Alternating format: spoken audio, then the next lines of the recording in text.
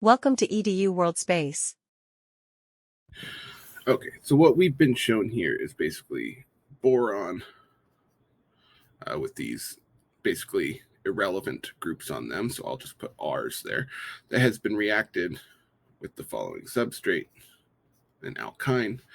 And this alkyne, we're shown in the first step, will join or form a bond to the boron, right, and give us something that looks like this.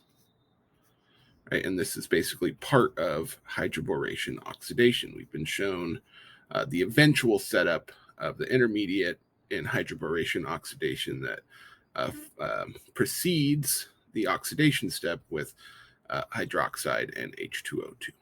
Right, and so all you need to know for this step, once you've established your boronate, or sorry, boroalkane, is that you're going to replace the boron and the basically just this entire group here with an OH, right? So you're really just drawing this same exact structure. I'll draw a little more cleanly there.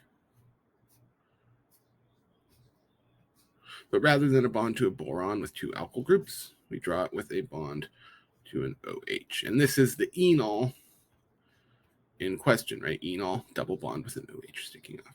And what they're saying is enols, this is theoretically the product of this transformation, but in fact, we know that in certain conditions, enols tautomerize, right, to ketones or aldehydes, depending. In this case, it would be an aldehyde, and we know that because the carbon which bears the OH also bears a hydrogen. Okay, and so in order to I'll just show a general transformation of an enol to a aldehyde using color-coded carbons. And I'll make double bond blue here. How about that? And let's make this hydrogen green. Okay, so the tautomerization of this is that the red bond will remain as it is. The hydrogen will end up back here.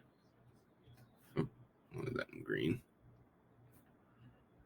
On carbon 1, let's call it, well, carbon 1, this is carbon 1, this is carbon 2. The hydrogen moves from the oxygen to carbon 2.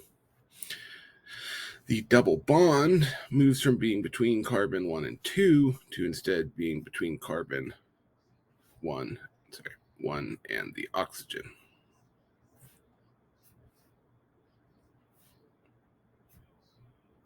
Like so. And then this hydrogen remains as is.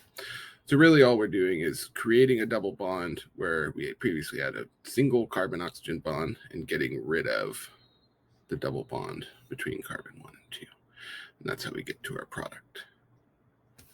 Right, so draw the same thing. Make the bond to oxygen a double bond. And then if you want to be explicit about showing it as an aldehyde, you can add that little hydrogen there. And that's it. This is the final answer.